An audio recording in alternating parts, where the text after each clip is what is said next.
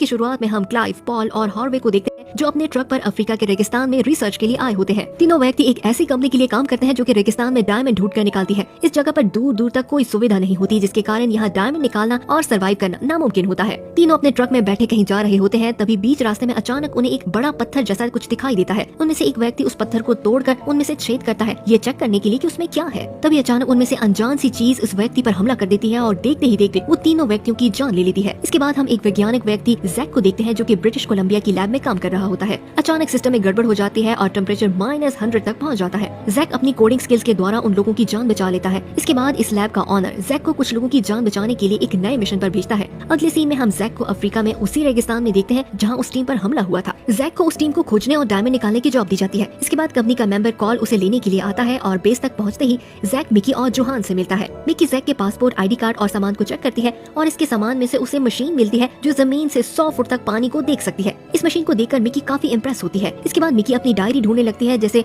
Johan चुपके से अपनी पैंट में दबा देता है। इतने में कॉल वहाँ आ जाती है और जोहान से भिड़ने लगता है और इसकी धुलाई करता है। मिकी अपनी डायरी लेकर जैक के साथ उस मिशन पर निकल जाती है। मिकी जैक को बताती है कि वो रिसर्च सेंटर यहाँ से 16 घंटे दूर है। दोनों गाड़ी में बैठ जाते हैं और अपने साथ एक्स्ट्रा फ्यूल भी लेकर जाते हैं। कुछ समय बाद वहाँ पर पहुँच जाते हैं जहाँ उन्हें उस टीम का ट्रक दिखाई देता है और वहीं पर उन्हें 2 डेड बॉडीज भी दिखाई देती है जिनकी हड्डियों पर मांस नहीं होता। चेक करने पर टीम को पता चलता है कि उन्हीं के आदमी है। ये देखते ही मिकी सभी लोगों को बताती है कि उन्हें बेस को इन्फॉर्म करना होगा, लेकिन कॉल कहता है कि यहाँ पर दाल में कुछ काला है। उसे लगता है कि तीसरे व्यक्ति ने उन दोनों की जान ली है जिसकी डेड बॉडी अभी तक नहीं मिली है। इसके बाद सभी लोग सोचने लगते हैं कि उन व्यक्तियों को मरे हुए सिर्फ 3 दिन हुए हैं, लेकिन उनकी बॉडी इतनी जल्दी डिकम्पोज कैसे हो गई। तभी टाइटस को किसी के कदमों के निशान दिखाई देते हैं। वो सभी लोगों को बुलाता है। इसके बाद टीम उन बड़े बड़े कदमों के निशानों का पीछा करने लगती है और तभी बीच रास्ते में कदमों के निशान 2 से 4 हो जाते हैं। जैक की मशीन भी संकेत देती है और वो भी इस बात को कंफर्म करता है कि ये जगह खतरे से खाली नहीं है। इसके बाद टाइटस उस बूढ़े आदमी का दिया हुआ लॉकेट देखता है जो वहाँ लटकी हुई खोपड़ियों से मेल खा रहा होता है। ये देखते ही टाइटस काफी ज्यादा डर जाता है और सभी लोगों को यहाँ से वापस जाने को कहता है। उसी समय मेग्रा ट्रक लेकर आती है और सभी लोग इसमें बैठकर आगे की ओर बढ़ जाते हैं। कॉल बेस में फोन करता है कि एक फॉरेंसिक टीम को यहाँ पर भेजा जाए और हार्वे को तलाशा जा सके। कुछ समय बाद उन्हें फिर से एक कंकाल मिलता है। सभी लोगों को लगता है कि ये हार्वे का कंकाल है और उसे देखकर मालूम होता है कि मरने से पहले वो काफी ज्यादा तड़पा होगा। कॉल कहता है कि ये सब कुछ हार्वे का ही किया धरा है। अगले सीन में हमें रात का समय दिखाया जाता है। सभी लोग वहाँ कैंप लगाकर आराम करने लगते हैं, लेकिन जैक को नींद नहीं आती क्योंकि उसने दिन में जो डेड बॉडीज देखी थी वो तस्वीरें उसके सामने बार बार आने लगती है। वो कैंप से थोड़ा दूर जाकर रेत पर स्केटिंग करने लगता है। इसके बाद जैक की मशीन की आवाज सुनकर मिकी भी वहाँ आ जाती है और दोनों आपस में बातें करने लगते हैं और एक दूसरे के साथ काफी अटैच हो जाते हैं। जैक मन ही मन में मिकी को पसंद करने लगता है। मशीन के स्कैन के अनुसार वो क्रीचर कहीं आसपास ही होता है, लेकिन वो दोनों इस पर ध्यान नहीं देते। इसके बाद मिकी वापस कैंप में चली आती है, लेकिन जैक वहीं पर बैठा रहता है। तभी अचानक उसकी मशीन पर बहुत हाई रीडिंग्स देखने को मिलती है। इसका मतलब होता है कि वो क्रीचर इसके बिल्कुल पास आ चुका है। फिर हम देखते हैं कि वो क्रीचर जैक के बिल्कुल पास आ जाता है। जैक इस क्रीचर को देखकर काफी ज्यादा डर जाता है और वो इसे दूर भागकर कैंप की ओर भागता है और सभी लोगों को इस बारे में संतर्क करता है। कॉल टॉर्च की लाइट से उस क्रीचर को देखने की कोशिश करता है, लेकिन वहाँ पर कोई नहीं होता। कॉल जैक पर यकीन नहीं करता और इसके साथ बुरा बिहेव करता है, जिस पर जैक भी उससे लड़ने लगता है। तभी मिकी सभी लोगों को बताती है कि उनकी टीम मेंबर्स के कंकाल गायब हो चुके हैं। टाइटस सभी लोगों को बताता है कि यहाँ पर एक मौत की देवी का वास है जो इंसानों का खून पीकर अमर होना चाहती है और ये क्वीन यहाँ पर सदियों से है, यानी कि डायनासोर के जमाने से भी पहले से है। अगले दिन सभी लोग जैक की मशीन पर भरोसा करके आगे की ओर बढ़ते हैं ताकि उस क्रीचर का सर्वनाश कर सके। उन्हें फिर से बड़े कदमों के निशान मिलते हैं। क्रीचर कहीं आसपास ही होता है।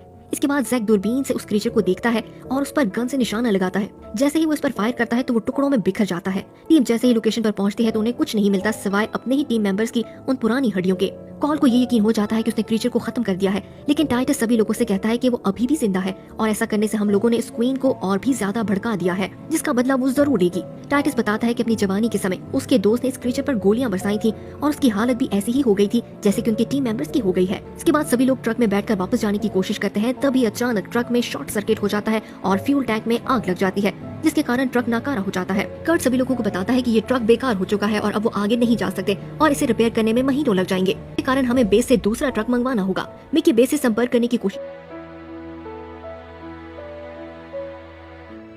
करती है, लेकिन उसे जवाब नहीं मिलता। थोड़े समय बाद एक प्लेन उनके ऊपर से गुजरता है। सभी लोग चलाकर उसे आकर्षित करने की कोशिश करते हैं, लेकिन नाकाम रहते हैं और वो जहाज उनसे दूर निकल जाता है। अब यहाँ रुकने के अलावा उनके पास और कोई चारा नहीं होता। मेग्रा सभी लोगों को बताती है कि हमारे पास काफी दिनों का राशन पानी है, इसलिए घबराने की जरूरत नहीं है। इतने समय में शायद हमें कोई मदद मिल जाएगी। सभी लोग मेग्रा की बात मान जाते हैं और इसके बाद हम देखते हैं कि टीम मेंबर्स को रहते हुए यहाँ पर 3 दिन गुजर चुके होते हैं। अगले सीन में हम देखते हैं कि कर्ट रात की पहरेदारी करने के बाद टाइटस को जगाने के लिए आता है। टाइटस पहरेदारी करने लगता है और कर्ट खुले में ही स्लीपिंग बैग पहनकर सो जाता है। है। तभी अचानक टाइटस को एक आवाज सुनाई देती है। जैसे ही वो कर्ट की ओर बढ़ता है और इसे पलट कर देखता है तो क्रीचर ने इस पर हमला कर रखा होता है और इसके चेहरे को आहिस्ता आहिस्ता चबाने लगता है और इसका पूरा शरीर उस क्रीचर के द्वारा इन्फेक्टेड हो जाता है और कर्ट को कंगाल दिखने लगता है। ये देखते ही टाइटस सभी लोगों को बुलाता है। कॉल इस क्रीचर को शूट करता है, लेकिन तभी अचानक टाइटस का हाथ भी इन्फेक्टेड हो जाता है और वे क्रीचर दीमक की तरह टीम मेंबर्स की ओर बढ़ने लगता है। कॉल इस क्रीचर पर गोलियां बरसाता है, जिससे इसे कोई फर्क नहीं पड़ता। सभी लोग कॉल को ऐसा करने से रोकते हैं, लेकिन कॉल बार बार उस पर गोलियां बरसाता रहता है, क्योंकि इस क्रीचर ने कर्ट के कंकाल को इस्तेमाल करके एक भयानक रूप ले लिया होता है। कॉल रुकने का नाम नहीं लेता और गाड़ी के पेट्रोल को निकालकर इस पर छिड़कने लगता है। जैसे ही वो थोड़ा दूर जाता है, मेग्रा कॉल को ऐसा करने से रोकती है, पर वो इस क्रीचर का निशाना बन जाती है। इसके बाद जैक कॉल को बताता है कि उसे रुक जाना चाहिए, क्योंकि क्रीचर अब दूर भाग रहा है। सभी लोगों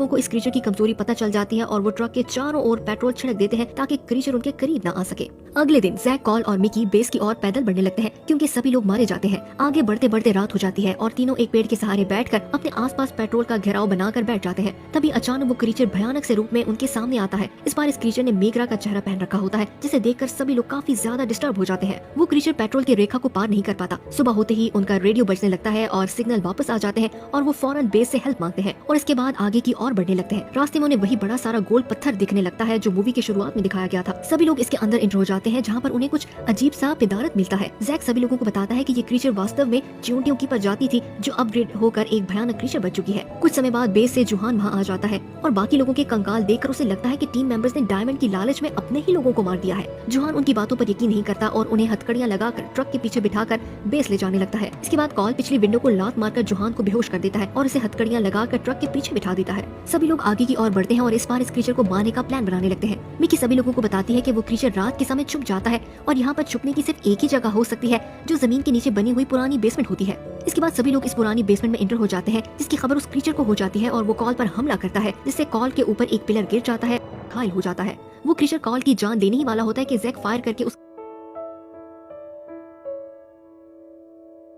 उसका ध्यान अपनी ओर खींच लेता है। इसके बाद वो क्रीचर उसका पीछा करने लगता है। जैक चालाकी से उस क्रीचर को एक गड्ढे में गिराने में सफल हो जाता है और मिकी जोहान को सहारा देकर खड़ा करती है। जान बचाने पर जोहान जैक को थैंक्स बोलता है। तभी अचानक वो क्रीचर गड्ढे से निकलकर जोहान की टांग पकड़ लेता है और उसे अपनी ओर खींचने लगता है। जैक और मिकी जोहान को वापस ऊपर खींचने की कोशिश करते हैं, लेकिन वो क्रीचर काफी ज्यादा स्ट्रॉन्ग होता है। जोहान अपनी जेब से लिक्विड एक्सप्लोसिव निकाल कर दिखाता है और मिकी और जैक से अपना हाथ छुड़वा देता है, ताकि इस क्रीचर को हमेशा के लिए नष्ट कर सके। कॉल अपने साथ इस क्रीचर को लिक्विड एक्सप्लोसिव के द्वारा उड़ा देता है। जैक और मिकी वहाँ से दूर निकल जाते हैं और तभी रास्ते में जैक को उस क्वीन के अंडे दिखाई देते हैं। जैक अपने दोस्तों की मौत को याद करके काफी गुस्से में आ जाता है और उस एग को डिस्ट्रॉय कर देता है। ऐसा करते ही वो सारे क्रीचर बनने लगते हैं और वो खंडर भी टूटने लगता है। पर ठीक समय पर जैक और मिकी वहाँ से बाहर निकल आते हैं। अगले सीन में हम देखते हैं कि मिकी जैक को छोड़कर किसी ट्रिप पर जाने वाली होती है। जैक उसे अलविदा कहता है, पर तभी हम देखते हैं कि मिकी ने अपनी गाड़ी के अंदर उस क्वीन के आखिरी बचे एग को बचा रखा।